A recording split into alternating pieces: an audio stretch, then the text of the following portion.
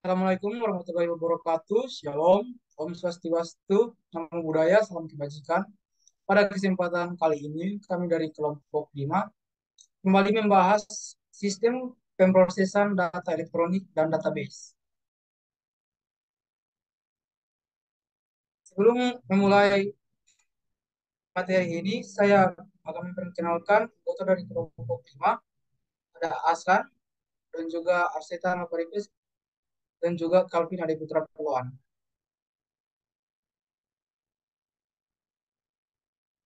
Pengertian pengolahan data elektronik. Pengolahan data adalah manipulasi dari data ke dalam bentuk yang lebih berguna dan lebih berarti berupa suatu informasi. Pengolahan data elektronik, manipulasi dari data ke dalam bentuk yang lebih berguna dan lebih berarti berupa suatu informasi dengan menggunakan suatu alat elektronik yaitu komputer. Fungsi dan tujuan pengolahan data elektronik. Fungsi dasar, mengambil program dan data atau masukan dan input.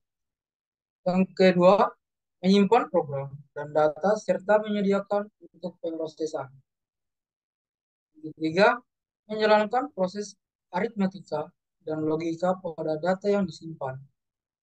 Yang keempat, menyimpan hasil antara dan hasil akhir pengolahan. Kelima, mencetak atau menampilkan data yang disimpan atau hasil pengolahan. Tujuan, untuk mengambil informasi asli atau data dan darinya menghasilkan informasi lain dalam bentuk yang berguna atau hasil. Macam-macam sistem pengolahan data elektronik. Pertama, sistem input terbagi dua. Sistem input berbasis kertas dan sistem input tanpa kertas.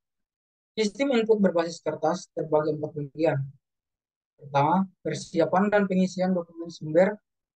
Kedua, pengiriman dokumen sumber ke bagian pengolahan data. Ketiga, data entry. Dan yang keempat, teknik program editing data. Sistem input tanpa kertas terbagi dua. Memerlukan intervensi manusia. Kedua, tidak memerlukan intervensi manusia.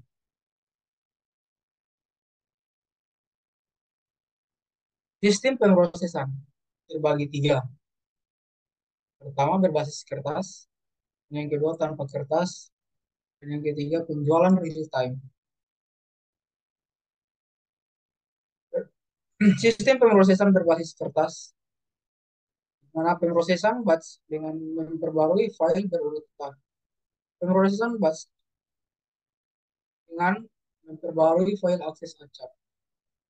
Sistem pemrosesan tanpa kertas, di mana pemrosesan batch dalam sistem pemrosesan tanpa kertas.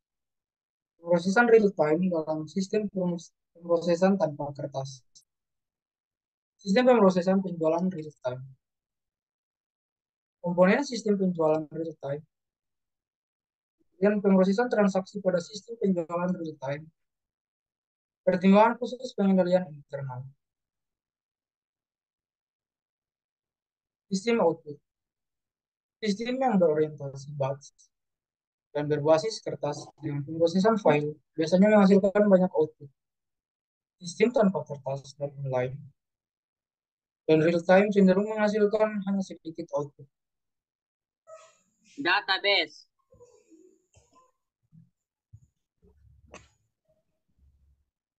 Definisi base data. Base data merupakan representasi dari fakta dunia yang mewakili suatu objek dan direkam dalam bentuk angka, huruf, simbol, teks, gambar, bunyi, atau kombinasinya.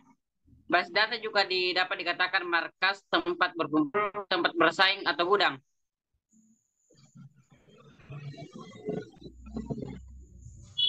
Base data merupakan himpunan kelompok data arsip yang saling berhubungan di organisasi sedemikian rupa agar kelak dapat dimanfaatkan kembali dengan cepat dan mudah. Kumpulan data yang saling berhubungan yang disimpan secara bersama sedemikian rupa dan tanpa pengulangan yang tidak perlu untuk memenuhi berbagai kebutuhan. Kumpulan file atau tabel arsip yang saling berhubungan yang disimpan dalam media penyimpanan tertentu.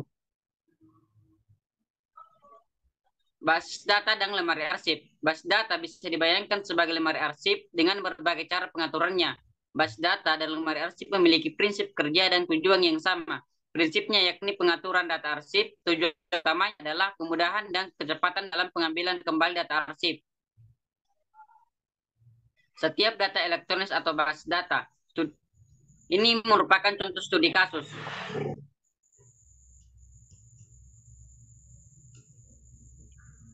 Tujuan pemanfaatan basis data. 1. Kecepatan dan kemudahan atau speed, yakni agar pengguna basis data bisa 1. Menyimpan data, melakukan perubahan atau manipulasi terhadap data, menampilkan kembali data dengan lebih cepat dan mudah dibandingkan dengan cara biasa, baik manual ataupun elektronis. 2. Efisiensi ruang penyimpanan atau space. Dengan basis data, kita mampu melakukan penekanan jumlah redundasi pengulangan data baik dengan menerapkan sejumlah atau dengan membuat relasi-relasi antara kolom data yang saling berhubungan.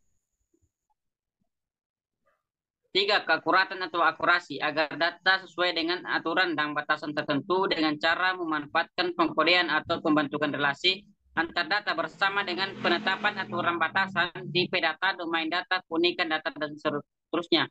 4. Ketersediaan, agar data bisa diakses oleh setiap pengguna yang membutuhkan dengan penerapan teknologi jaringan serta melakukan pemindahan atau penghapusan data yang sudah tidak digunakan untuk menghemat ruang penyimpanan.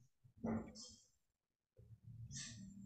Kelengkapan, agar data yang dikelola senantiasa lengkap baik relatif terhadap kebutuhan pemakai maupun terhadap waktu dengan melakukan penambahan baris-baris data ataupun melakukan perubahan struktur pada bisnis data, yakni dengan menambahkan field pada tabel atau menambah tabel baru.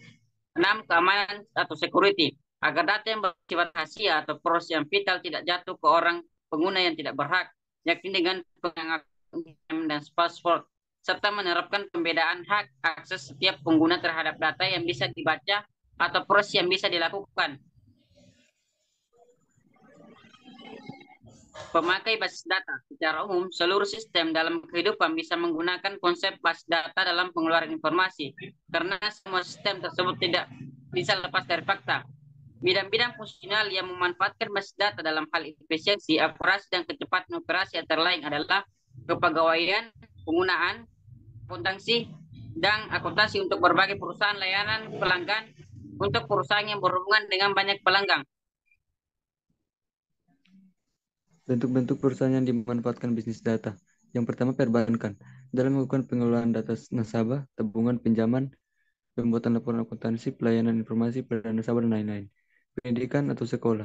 Dalam melakukan pengelolaan data siswa, penjadwalan kegiatan, perkuliahan, nilai, dan lain-lain. Yang ketiga, rumah sakit. Dalam melakukan pengelolaan histori penyakit atau pengobatan pasien, menangani pembayaran perawatan, dan lain-lain.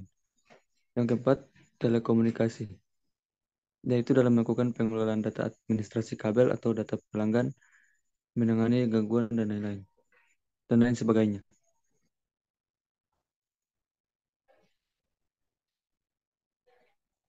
Konsep sistem basis data.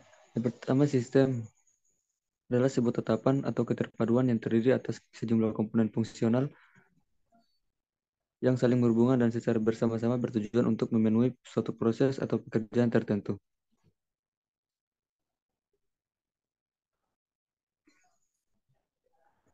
Komponen sistem basis data.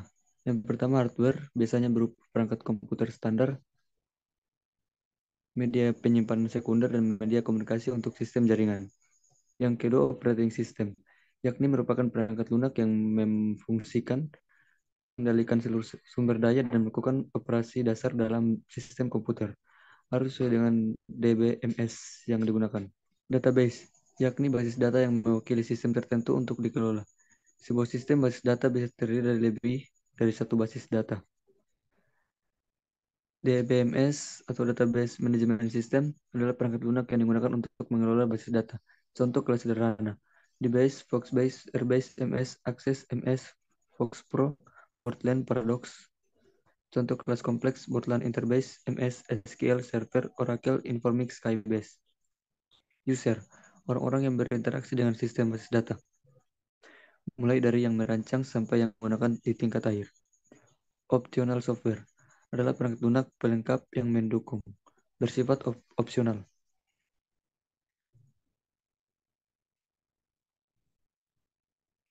Bahasa basis data merupakan bahasa yang digunakan oleh user untuk berkomunikasi atau berinteraksi dengan DBMS yang bersangkutan. Misalnya SQL di SQL. Bahasa basis data. Bahasa basis data dipilah ke dalam dua bentuk. Yang pertama data definition language atau DDL. Dengan bahasa ini kita dapat membuat tabel baru, membuat indeks, mengubah tabel, menentukan struktur penyimpanan tabel. Yang kedua data manipulation language atau DML. Berguna untuk melakukan manipulasi dan pengambilan data pada suatu basis data. Berupa yang pertama penyisipan atau penambahan data baru, yang kedua penghapusan data, yang ketiga pengubahan data. Jenis DML. Yang pertama prosedural. Mensyaratkan agar pemakai menentukan data yang diinginkan serta bagaimana cara mendapatkannya. Yang kedua non-prosedural. Pemakai menentukan data yang diinginkan tanpa menyebutkan bagaimana cara mendapatkannya. Struktur sistem keseluruhan. Sebuah DBMS umumnya memiliki sejumlah komponen fungsional atau modul. Yang pertama, file manager. Mengelola alokasi ruang dan struktur data yang dipakai untuk merepresentasikan informasi yang tersimpan dalam disk. Yang kedua, database manager.